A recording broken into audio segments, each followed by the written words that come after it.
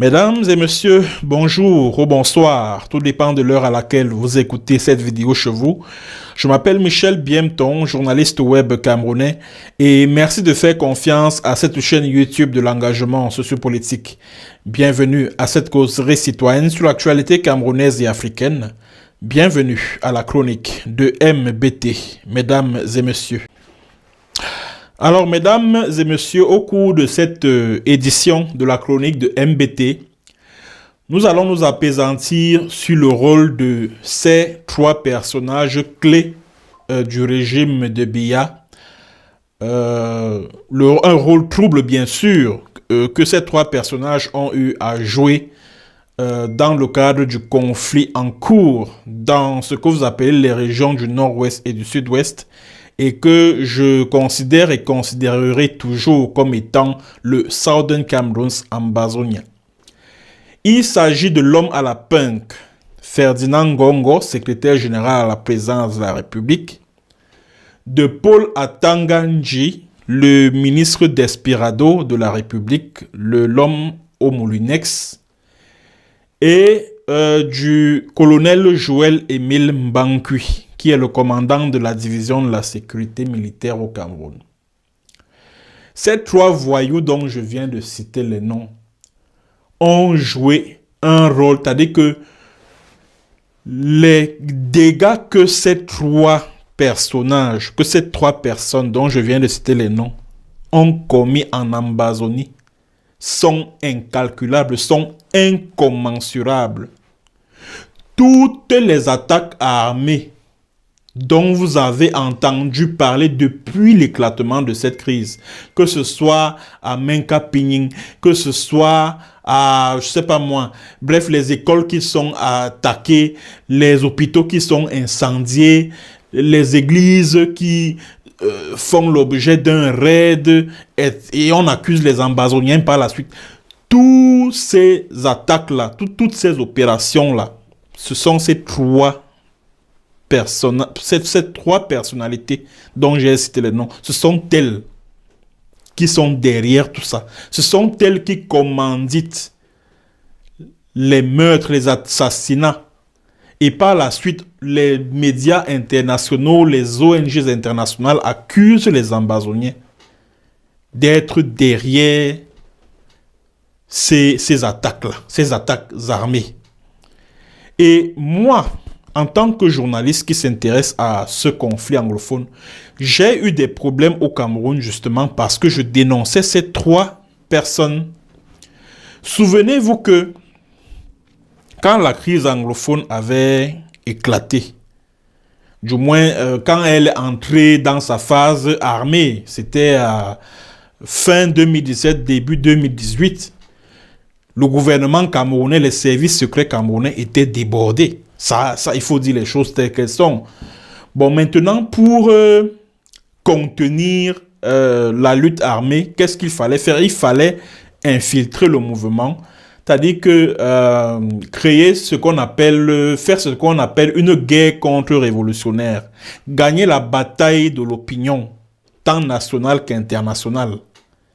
C'est ainsi donc que Atanga Paul Nji, qui a été nommé ministre de l'administration territoriale le 2 mars 2018, a donc créé, c'est-à-dire que dans ce que vous appelez le nord-ouest dont il est originaire, là, a formé des gangs de bandits, des gangs de voyous, qui se font passer pour des Ambazoniens et qui commettent un certain nombre d'exactions, d'atrocités vis-à-vis de la population, de telle manière que cette dernière se décourage parce que nous tous, nous avons vu que 95% des populations anglophones vivant dans le Cameroun anglophone étaient favorables à l'indépendance du Southern Cameroon. On a tous vu le 1er octobre 2017 ces populations-là défiler, branchage à main avec le drapeau ambazonien.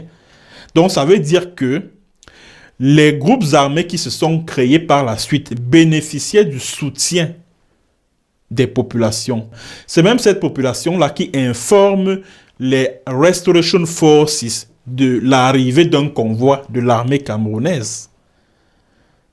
Donc, Paul Atanga-Ndji, qui a travaillé sous Jean Fauchivé au sein du Sénat au début des années 90,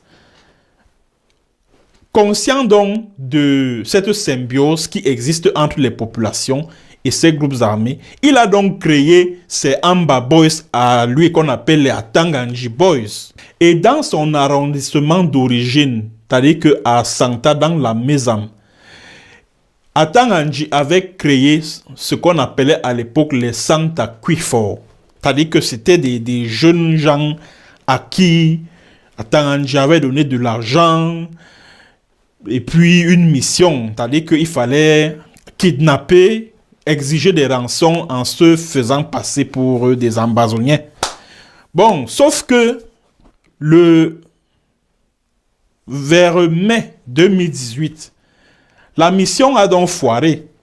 Maintenant, au lieu de faire exactement ce que Atanga-Ndji leur a demandé de faire, ils ont commencé à être, c'est-à-dire que les membres du gang d'Atanga-Ndji, les Santa Quifor, ont commencé à se comporter de manière dangereuse vis-à-vis de la population, à terroriser la population, à entrer dans des palais des chefs traditionnels, à tout détruire, à tout saccager, bref, à créer la zizanie au sein de la population. Alors, puisque on ne pouvait pas les arrêter, parce que si on les arrêtait et qu'on les traduisait en justice ou alors on les jetait en prison, ils allaient trahir leur commanditaire, qui n'est autre qu'Atanga-Ndji Paul. Qu'est-ce qui s'est passé? Atanga-Ndji Paul a décidé de les faire piéger, de les faire réunir dans un hôtel à Menka, qu'on appelait Star Hotel. C'était le 25 mai 2018. Ils étaient une trentaine. Hein. C'est-à-dire qu'il a envoyé des gens pour les réunir, les donner à manger, à boire, etc. Et par la suite, ils allaient être zigouillés. Donc, ceux qui se souviennent de ce qui s'est passé à Menka Peningla le 25 mai 2018, en fait, c'était les gars qui étaient venus de Yaoundé pour une mission bien précise. Éliminer tous les membres du gang d'Atanga-Ndji Paul. Qu'Atanga-Ndji Paul avait monté pour infiltrer le mouvement ambazonien, pour ternir la réputation de la noble lutte, de la noble cause du peuple anglophone du Southern Cameroun. Et tout ceci se passe sous la coordination de Ferdinand Ngongo, qui est le secrétaire général à la présidence de la République. Hein. Parce que Ferdinand Ngongo, qu'est-ce qu'il a fait? Il a dessaisi la DGRE parce que toutes les opérations secrètes qui devaient être menées dans le Cameroun anglophone, en fait, c'est la DGRE qui devrait mener ces opérations-là. Mais Ngongo a tout fait pour dessaisir la DGRE. Et voilà pourquoi aujourd'hui, à travers l'affaire Martinez, Ngongo s'acharne sur le directeur de la DGRE, le commissaire Eko Maxime. Parce que Ngongo voulait contrôler tout l'argent qui devait être débloqué, dans le cadre du conflit au Cameroun anglophone.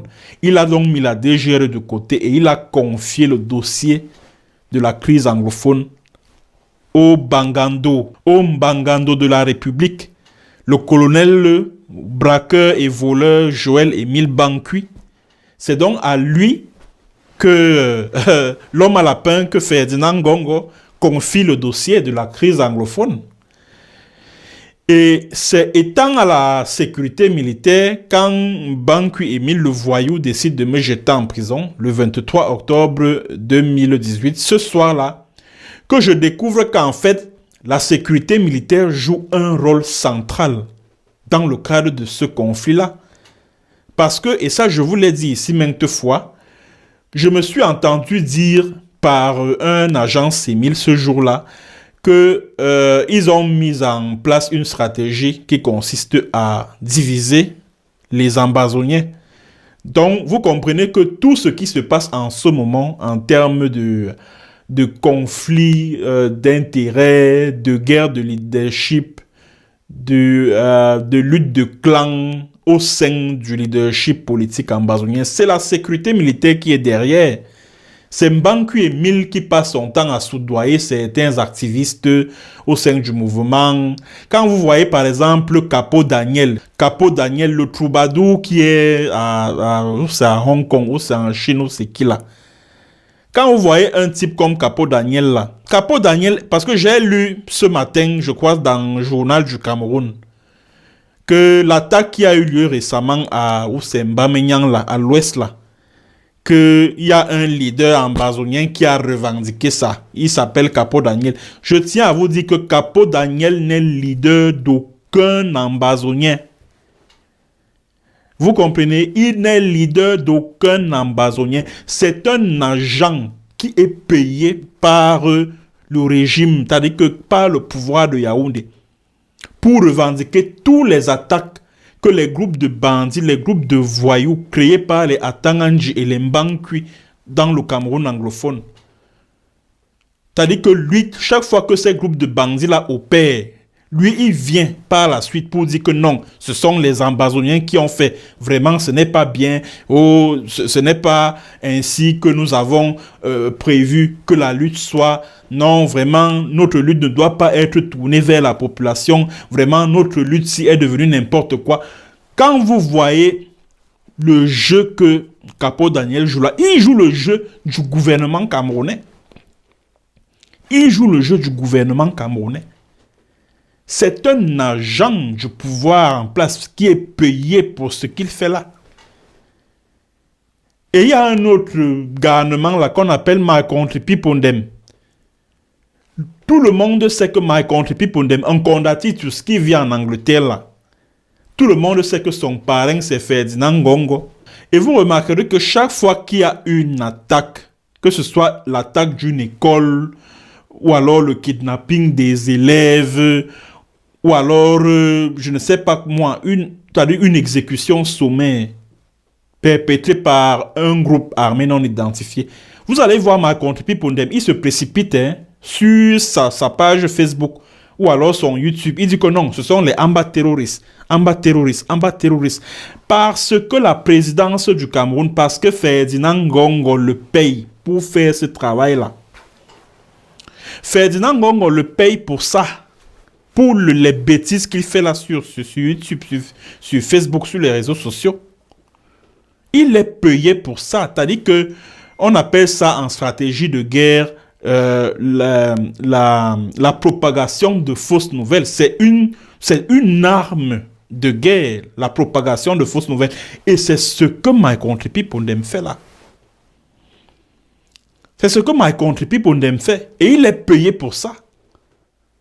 Tout comme Capo Daniel. Capo Daniel, quand vous le suivez, quand vous l'écoutez, vous sentez que celui-ci, il joue le jeu du pouvoir en place.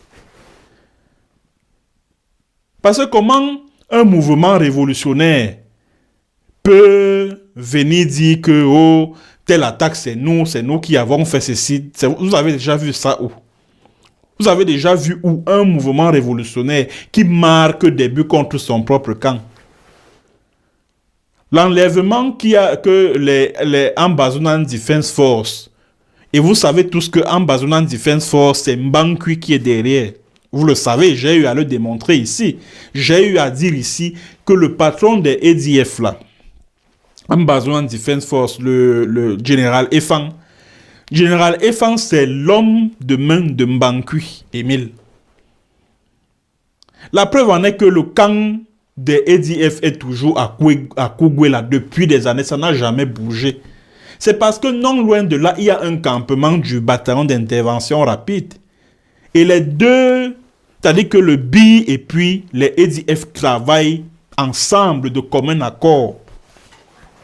Ah oui? Donc, chaque fois que les ADF partent opérer quelque part, comme tout récemment, il y a quelques mois, ils sont allés kidnapper des jeunes dames, c'est-à-dire que des femmes à Big Babanki, Parce qu'ils exigent leur fameuse Liberation Tax là, qui est une vaste opération d'escroquerie. Capo Daniel est venu là. Oui, non, c'est nous. Ceci, vraiment, ce n'est pas bien. Il est venu jouer le rôle que lui a assigné les Mbankwi Emile, les Atanganji et puis les Ngongo Ferdinand. Simplement. Simplement. Et quand les médias internationaux, quand les gouvernements occidentaux voient ça, ils disent « Ah, donc c'est comme ça que les ambazoniens sont. » Alors que c'est le gouvernement camerounais qui est derrière, qui tire les ficelles dans l'ombre. Les Atanganji sont derrière tout ce beau monde-là, les My Country People Them, les Capo Daniel et tout ça. Même le journaliste qui avait été dont on a ôté la vie là, à Bamenda, c'était le 17 mai dernier. Jusqu'à Ayabacho est venu quelques jours plus tard pour dire que non, c'est nous, c'est nous. Tout ça, c'est ces trois gens-là. Les Ngongo Ferdinand, les Mbankwi et puis les Atanganji. Ce sont eux qui sont derrière tout ça. Même l'attaque qui a eu lieu à Bamenda, à Nacho Bamenda là, contre des membres de la communauté Bamileke, tout ça c'est les Ngongo et puis les Mbankwi Emile qui sont derrière tout ça. Ce sont eux. Ce sont eux. Voilà pourquoi j'ai eu les problèmes au Cameroun. Voilà pourquoi j'ai eu des problèmes. Voilà pourquoi j'ai même été jeté en prison au Cameroun. Parce que je dénonçais ces gens-là sans m'en rendre compte. Je suis le premier journaliste camerounais à avoir, étant au Cameroun, parce que beaucoup de gens me découvrent ma langue sépantine ici, en diaspora. Étant déjà au Cameroun, j'étais quelqu'un de très tranchant. Alors, j'étais le tout premier journaliste camerounais à informer l'opinion tant nationale et internationale que le gouvernement fabrique des faux combattants qui sévissent sur le terrain et par la suite, les exactions qu'ils posent sont attribuées aux combattants authentiques. Je suis l'un des seuls Camerounais à avoir dénoncé les agissements de ces faux Amba Boys là, du gouvernement camerounais. Et même quand il y a eu le massacre de Menka Pigning, j'avais les informations de première main par rapport à ce qui s'est passé à Menka Pigning le 25 mai 2018. La trentaine de jeunes gens qu'on avait zigouillés comme des chiens là. J'avais le A1. Et c'est Atanganji qui était derrière ça. C'est Atanganji qui était derrière. C'est Atanganji qui était derrière. Donc ces trois personnalités-là que je suis en train de dénoncer là, dont j'ai cité les noms là, elles sont extrêmement dangereuses. Le rôle néfaste qu'elles ont joué dans le Cameroun anglophone là. Les dégâts, c'est-à-dire que le nombre de personnes que ces gens-là ont sacrifié à la raison d'État dans le Cameroun anglophone, vous ne pouvez pas imaginer. Vous ne pouvez pas imaginer. Et ce sont les mêmes personnes. Je me rappelle, quand je venais à peine d'arriver au Burkina, là, c'était vers le 20 mai 2019. Il y a un bébé que les militaires étaient allés Kilam. Bon, les Camerounais comprennent ce que je veux dire. C'est pour éviter l'algorithme de YouTube. Que les militaires étaient allés Kilam à Mouyouka. C'est-à-dire qu'un bébé de, je crois, 4 mois, les militaires sont allés Kilam ce bébé-là. Bon, maintenant, pour éviter que le scandale n'éclate et que ça fasse la ronde, le tour du monde, le trio magique Ngongo, Atanganji et Mbankwi Emile, qu'est-ce qu'ils ont fait? Ils ont fait exécuter sommairement un enseignant, je crois, à Bamenda.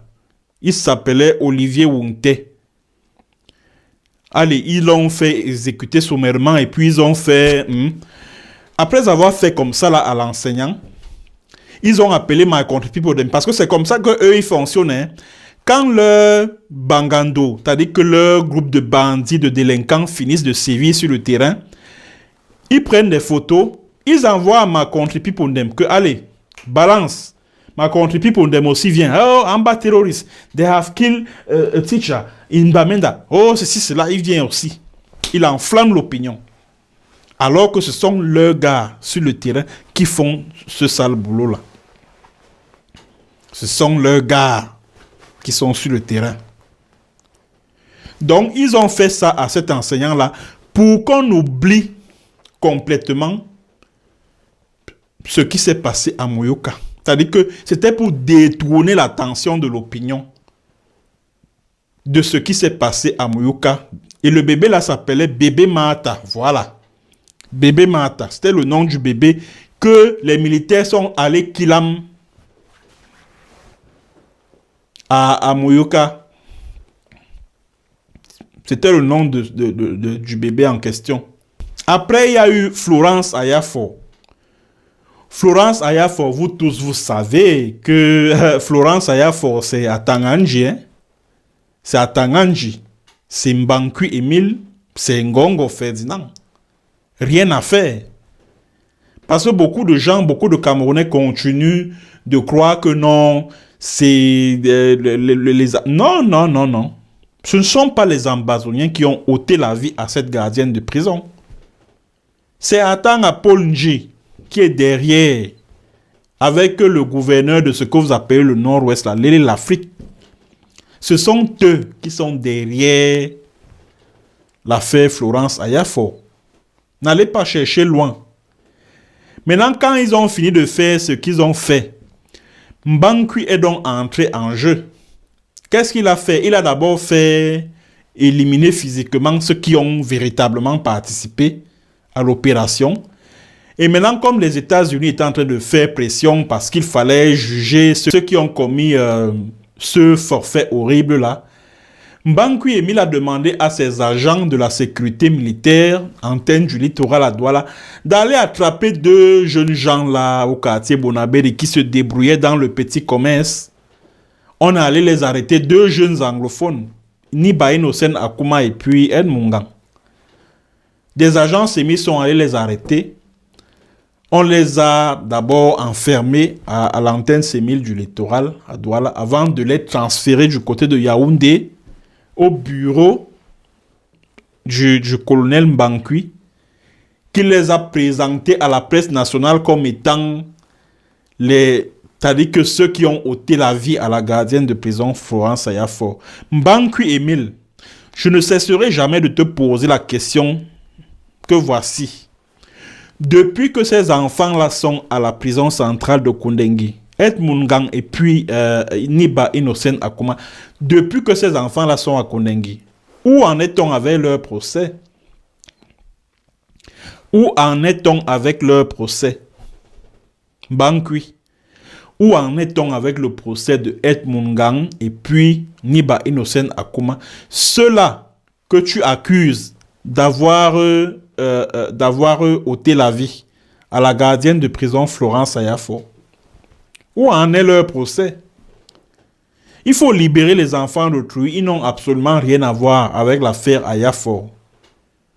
Toi-même, Mbankwi Emile, tout comme les Atanganji et puis ton parrain qui a la présence là, Ngongo, vous-même, vous savez que vous êtes les principaux commanditaires de l'élimination physique de la gardienne de prison Florence Ayafor. Vous-même, vous le savez.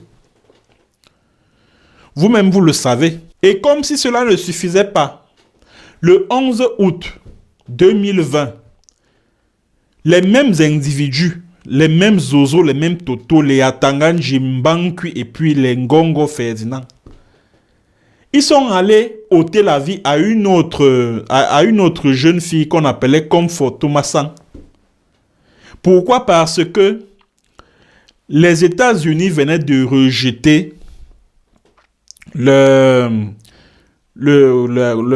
loi sur la décentralisation et puis il réclamait un autre grand dialogue national parce que ce qui s'était passé l'année écoulée, du 30 septembre au 4 octobre, c'était du n'importe quoi.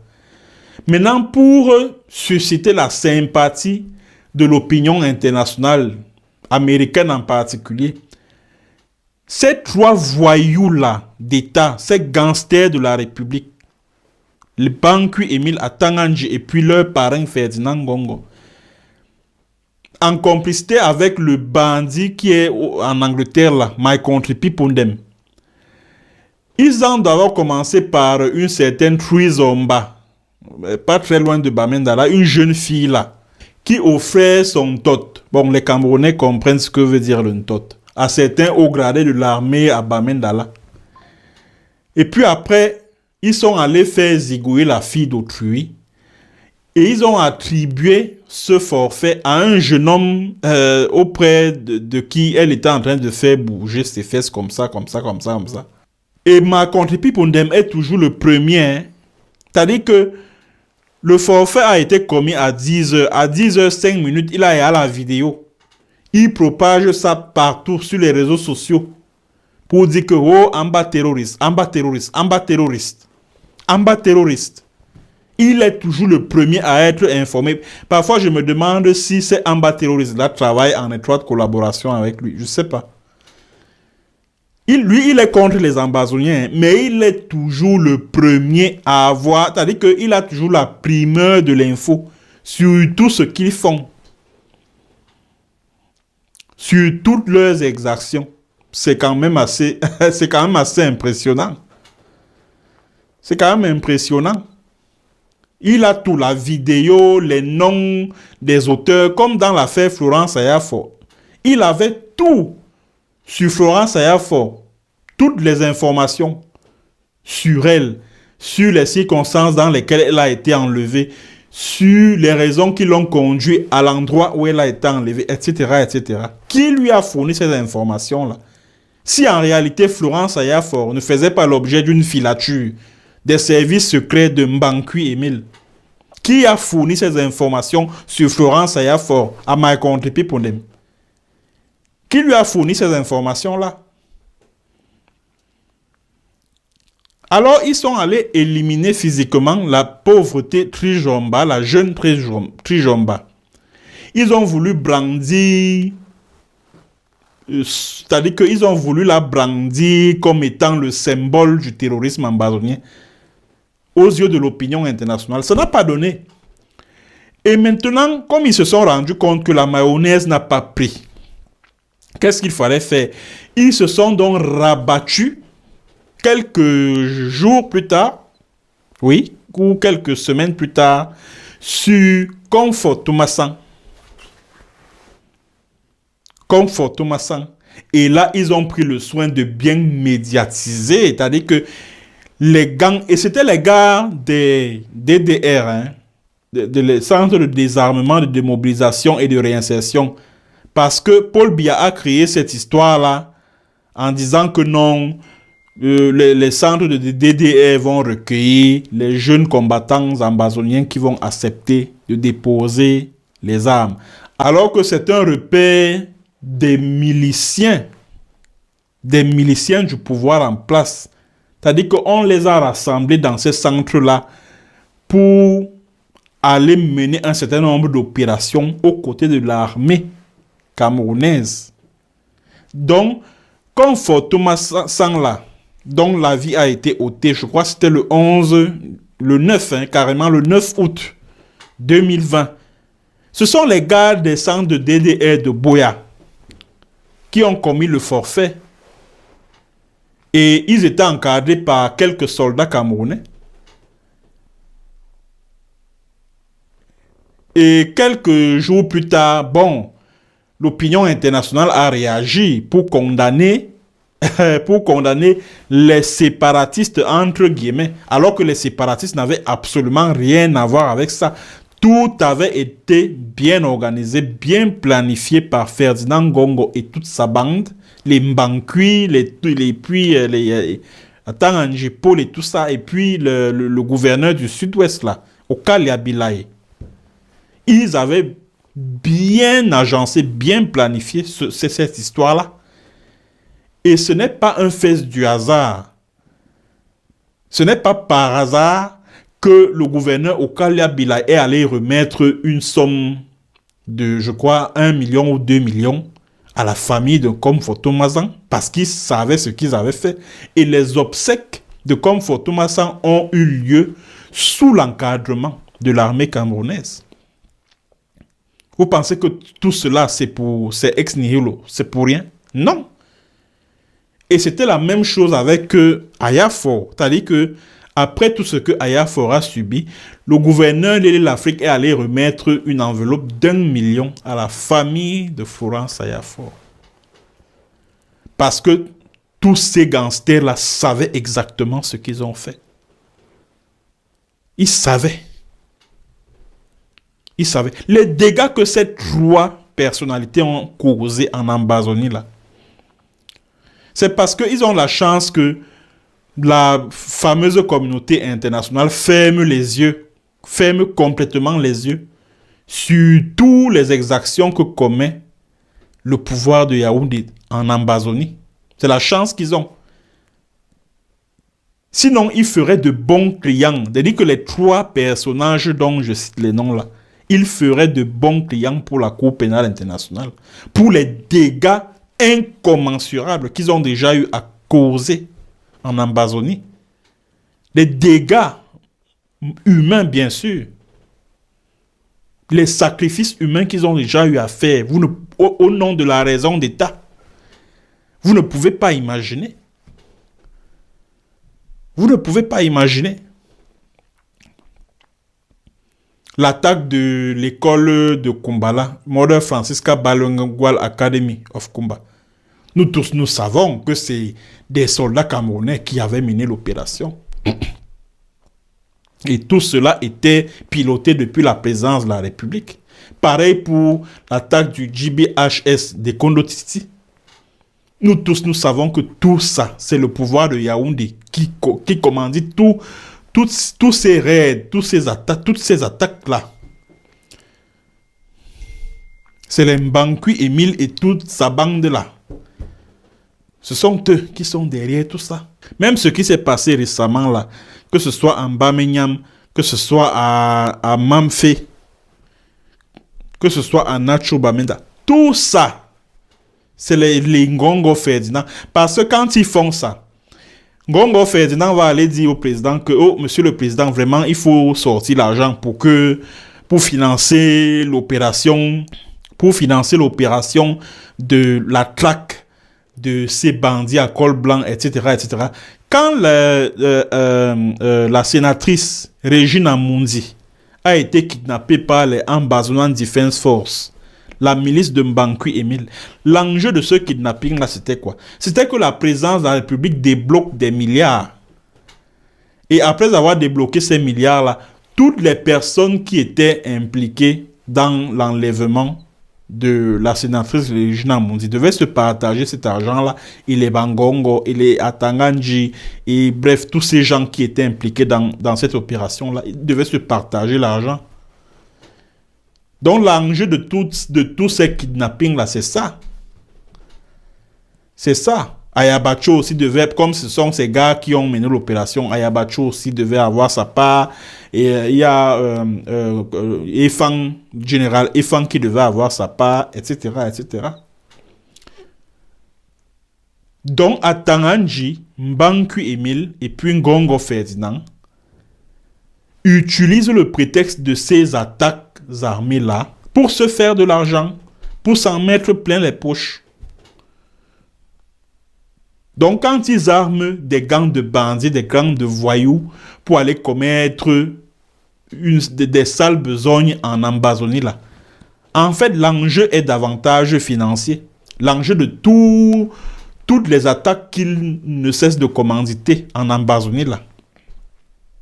L'enjeu de tout cela est financier. L'enjeu de tout ça est financier.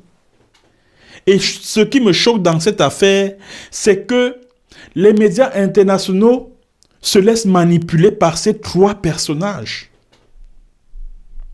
C'est-à-dire qu'une attaque vient d'avoir lieu, comme tout récemment, j'ai lu sur une dépêche de l'agence de presse chinoise, Xinhua. Quand il y a eu l'attaque de Bamenyam l'autre jour, tu vois le titre de présumés séparatistes viennent d'attaquer un marché à Bamenyam et ont tué 8 personnes. Et dit, hey, de présumés séparatistes. Maintenant, tu regardes ce qui a fondé le reporter à le dire. Tu vois que non. Il dit que selon les autorités locales, il dit hi. Donc, ce sont les autorités camerounaises qui vous poussent, vous, ces journalistes des grandes agences de presse mondiales là. Ce sont les autorités camerounaises qui vous poussent à conclure que non, ce sont les Ambazoniens qui sont derrière l'attaque de Mamfé, l'attaque de Bamenyam et puis l'attaque de Nacho Bamenda. Les mêmes autorités qui sont venues vous dire que non, ils n'ont jamais participé à des négociations au niveau du Canada. Alors qu'ils ont envoyé un représentant au niveau du Canada pour aller négocier avec des faux leaders ambazoniens là. Ce sont ces mêmes autorités-là qui par la suite sont venues dire que non, vraiment nous ne sommes pas impliqués dans des négociations avec des Ambazoniens. Vraiment, nous n'avons envoyé personne. Donc ce sont ces autorités-là qui excellent dans le mensonge et la manipulation, qui vous fondent à croire chaque fois qu'il y a une attaque dans le Cameroun anglophone qu'il s'agit d'une attaque séparatiste. C'est-à-dire, parfois, je me pose la question de savoir où est passée même la rigueur qui caractérise la profession de journaliste. Je ne sais pas. Où est-ce qu'elle est passée, cette rigueur-là? Franchement, même les ONG internationales pour lesquelles j'ai énormément de respect, les Amnesty International, les Human Rights Watch, ces ONG tombent aussi dans le piège-là. Ces ONG tombent aussi dans ce piège-là. Alors que nous tous, nous savons que tout ce que vous voyez comme attaque, en tout cas en ce qui me concerne, moi je ne me fais plus d'illusions. Parce que ces gens-là, c'est-à-dire que ces bandits qui sont à la tête de l'État du Cameroun, moi je les connais déjà parfaitement. Du moins pour quand il s'agit du conflit anglophone, moi je connais à leur méthode. Quand j'entends seulement, oh il y a une attaque, une église, ah vraiment... il y a des prêtres qui ont été kidnappés à la paroisse de Nchang vers Mamfé. Tout de suite, c'est-à-dire que je ne me pose même pas trop de questions. Tout de suite, je tire déjà ma conclusion que c'est le pouvoir des Biya qui est derrière. Quand il y a eu kidnapping de, je crois, 5 prêtres et 2 sœurs religieuses, c'était en Nchang l'année dernière, en septembre, j'étais sûr et certain que c'est le pouvoir de Yaoundé qui était derrière ça. J'en étais sûr et certain. Et la suite m'a donné raison. Puisque, quand ils sont libérés, qui a balancé l'information sur les réseaux sociaux? C'est Genesis Kennedy, un agent de la division de la sécurité militaire. Et dans l'annonce qu'il a faite, qu'est-ce qu'il dit? Il dit qu'ils ont négocié avec les ravisseurs. Ils ont fait comment pour entrer en contact? Comment ils ont su? Ils ont fait comment pour entrer en contact avec les ravisseurs si en réalité ils n'étaient pas complices de ces ravisseurs-là? Ils ont fait comment pour entrer en contact avec eux? Au point d'obtenir la libération de ces otages-là. Ça veut dire que c'est les gars de Mbankui et Mil qui étaient derrière l'enlèvement de ces 5 prêtres et de ces 2 sœurs. Aussi simple que ça. Et on appelle ça, en stratégie de guerre, la technique de contre-révolution. Diaboliser l'adversaire au cours d'une guerre. C'est-à-dire que ce sont des techniques de contre-révolutionnaires qui sont connues. Tous les experts en stratégie de guerre vous diront que le Cameroun n'a pas inventé, n'a rien inventé en la matière. Dans tous les conflits révolutionnaires au monde, il y a toujours le phénomène des faux combattants. Il y en a toujours. Il y en a toujours. Donc, je ne comprends pas pourquoi certains simples d'esprit, que ce soit au Cameroun, que ce soit là, à l'extérieur, n'ont pas le nez suffisamment creux pour s'en rendre compte, pour se rendre compte que le gouvernement camerounais a fabriqué des combattants sur le terrain. Les Mbankui Émile passent leur temps à livrer des armes et des munitions à leurs faux combattants sur le terrain. Tous les kidnappings dont vous entendez, les kidnappings contre rançon, hein, les hôpitaux qui sont attaqués, les écoles qui sont incendiées, hein, les églises qui sont attaquées, les prêtres qui sont enlevés, toutes ces atrocités-là, que des simples d'esprit attribuent très souvent aux ambassadeurs, ce sont les gars de Mbankui Émile qui sont derrière. Ce sont les gars de Mbankui Émile, les Atanganji, les Atanganji Boys qui sont derrière ça. Ce sont eux. Ce sont eux. C'est donc à ce sujet que j'ai voulu m'entretenir avec vous, mesdames et messieurs. Merci d'avoir suivi et merci de continuer à vous abonner à ma page YouTube, Michel Biemtong. À très bientôt pour une autre séance et sur un autre thème. Bonjour ou bonsoir.